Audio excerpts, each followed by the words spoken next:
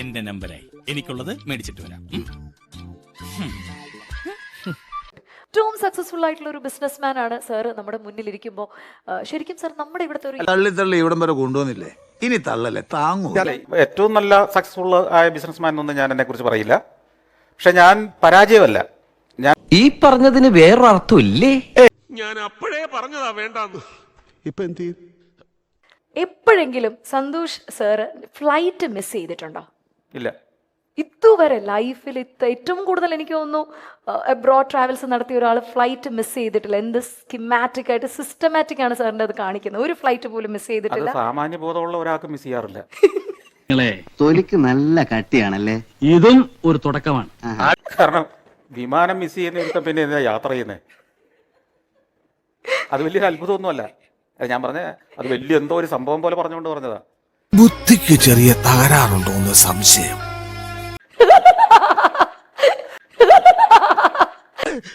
പണ്ടാരക്കാലം പേടിപ്പിച്ചോ. 10 ദിവസത്തേക്ക് അല്ലെങ്കിൽ 7 ദിവസത്തേക്ക് പോവുകയാണെങ്കിൽ നമുക്ക് പരമാവധി ഒരു 3 ജീൻസ് മതി, പരമാവധി ഒരു 7 ടീഷർട്ട് മതി. അപ്പൊ ഞാനും ഹസ്ബൻഡ് ട്രാവൽ ചെയ്യുമ്പോൾ 3 ബാഗ്സും എന്റെയാണ്. അല്ല, ഞാൻ യാത്ര ചെയ്യുന്ന ലഗേജ് എടുക്കാനല്ല, അതുകൊണ്ടാണ്. നിർത്തി അങ്ങ് അവമാനിക്കുവാണെന്ന്. ഞാൻ സാറിന്റെ ഇന്റർവ്യൂവിൽ ഒരു കാര്യം കേട്ടത്, ഇനി എങ്ങോട്ട് പോകണമെന്ന് ഇനി ഒരു ആഗ്രഹം എന്താണെന്ന് ചോദിച്ചപ്പോൾ സാറ് പറഞ്ഞു, ഇനി ഒരു 50 വർഷം എനിക്ക് പുറകോട്ട് പോകാനായിട്ട് ഒരു ആഗ്രഹമുണ്ട്. കാരണം പുറകോട്ട് നടന്ന ആ ഒരു നൊസ്റ്റാൾജിയ. അല്ല, പുറകോട്ട് നടക്കുന്ന നൊസ്റ്റാൾജിയ ഉണ്ടല്ല, ചരിത്രം എനിക്ക് വളരെ ഇഷ്ടപ്പെട്ട വിഷയമായതുകൊണ്ടാണ്.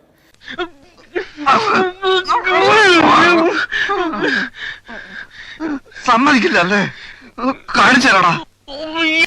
പക്ഷെ ഇന്ന് നമ്മൾ നേരിട്ട് കാണുന്ന ഏതൊരു 10 വയസ്സുള്ള കുട്ടിയും 15 വയസ്സുള്ള കുട്ടിയും വരെ ഇൻഫ്ലുവൻസേഴ്സ് ആണ് സാർ. മനസ്സിലായില്ലെന്ന്. അപ്പൊ ഈ ഇൻഫ്ലുവൻസേഴ്സിന്റെ ഒരു അതിപ്രസരം സോഷ്യൽ മീഡിയയിൽ സാർ അതിനെ എങ്ങനെയാ നോക്കി കാണുന്നത്? ഇതൊരു നല്ല പ്രോസസ് ആണോ? നിങ്ങൾ എന്തിനാണ് അങ്ങനെയുള്ള ഒരു ഇൻഫ്ലുവൻസർ എന്ന് വിളിക്കുന്നത്? ഒന്നാമത് ചമ്മി നാറിയിരിക്കുക, ഈ നാളെ കൂടി ചളമാകും. കേരളത്തിൽ നമുക്കറിയാം സർ, വാട്ടർ മെട്രോ എത്തി. പിന്നെ KSRTCയുടെ തന്നെ നമുക്കറിയാം ഇടുക്കിയിലേക്കുള്ള പ്രോജക്ട്സ്, ബസ് ടൂറിസത്തിന്റെ ഭാഗമായിട്ട് അവർ മാറ്റിക്കഴിഞ്ഞു. അങ്ങനെ ഒരുപാട് പുതിയ പുതിയ സീപ്ലെയിൻ സാർ അവർ ചെയ്തു. എന്നാലും ഇനിയും മാറാത്ത കേരളത്തിന്റെ ഈ 2025 ഈ ഒരു സമയത്ത് മാറാത്തൊരു ശാപമെന്ന് സാറിന് തോന്നുന്ന കാര്യം എന്താണ്? വൃത്തിയില്ലായ്മ.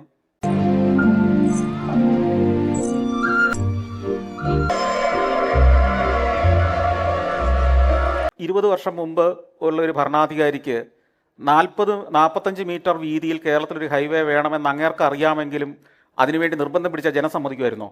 ഇല്ല. കറക്റ്റ്. അതാണ് മുമ്പേ പറഞ്ഞ എൻ്റെ കാര്യം. അപ്പം സമൂഹം അതിന് പ്രിപ്പയർഡ് ആയെങ്കിൽ മാത്രമേ ഈ ഭരണാധികാരികൾക്ക് എന്തെങ്കിലും ചെയ്യാൻ പറ്റൂ.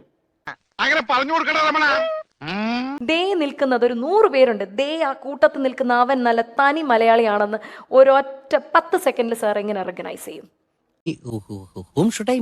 മലയാളിയാണല്ലേ? അതെ, എങ്ങനെ മനസ്സിലായി? അത് ഇംഗ്ലീഷ് കേട്ടപ്പോഴേ മനസ്സിലായി. ആ ഒരൊറ്റ ചേഷ്ട അല്ലെങ്കിൽ എനിത്തിങ്. 100 പേരുണ്ട്, പക്ഷെ ദേ നിൽക്കുന്നവൻ നല്ല അസൽ മലയാളിയാണ്, കേരളത്തിലാണ് അവൻ ജനിച്ചതെന്ന് സാർ എങ്ങനെ ഐഡന്റിഫൈ ചെയ്യും? നിങ്ങൾ മലയാളിയാ?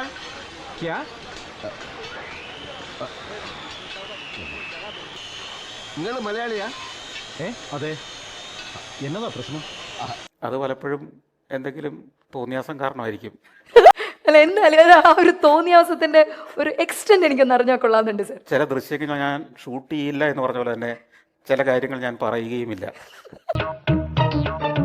സാരില്ലടാ, നീ എവിടെ പരിപാടി അവതരിപ്പിച്ചാലും ഇത് തന്നെയാണല്ലോ നിന്റെ വിധി. എന്നാൽ ഇവരുടെ ഒരു ബോഡി ലാംഗ്വേജിൽ അത് ചിലപ്പോ മീരയ്ക്ക് തോന്നും അത് എന്നെ കുറിച്ച് മീരയെ കുറിച്ചാ പറഞ്ഞ ചിലപ്പോൾ തോന്നുന്നു ഞാനത് പറയുമ്പോ. പാച്ചേട്ടാ, അവമാനിക്കരുത്. ഞാൻ നല്ലൊരു കുടുംബത്തിൽ പറഞ്ഞവനാണ്. നീ നല്ല കുടുംബത്തിൽ പറഞ്ഞു, ഞാൻ പിന്നെ മറ്റേ കുടുംബത്തിൽ പറഞ്ഞാണല്ലോ സാർ. എന്നാലും ഇപ്പം സാർ ഇപ്പൊ ഇത്രയും നേരം എന്നെ ഒബ്സർവ് ചെയ്തിരിക്കുകയാണ്.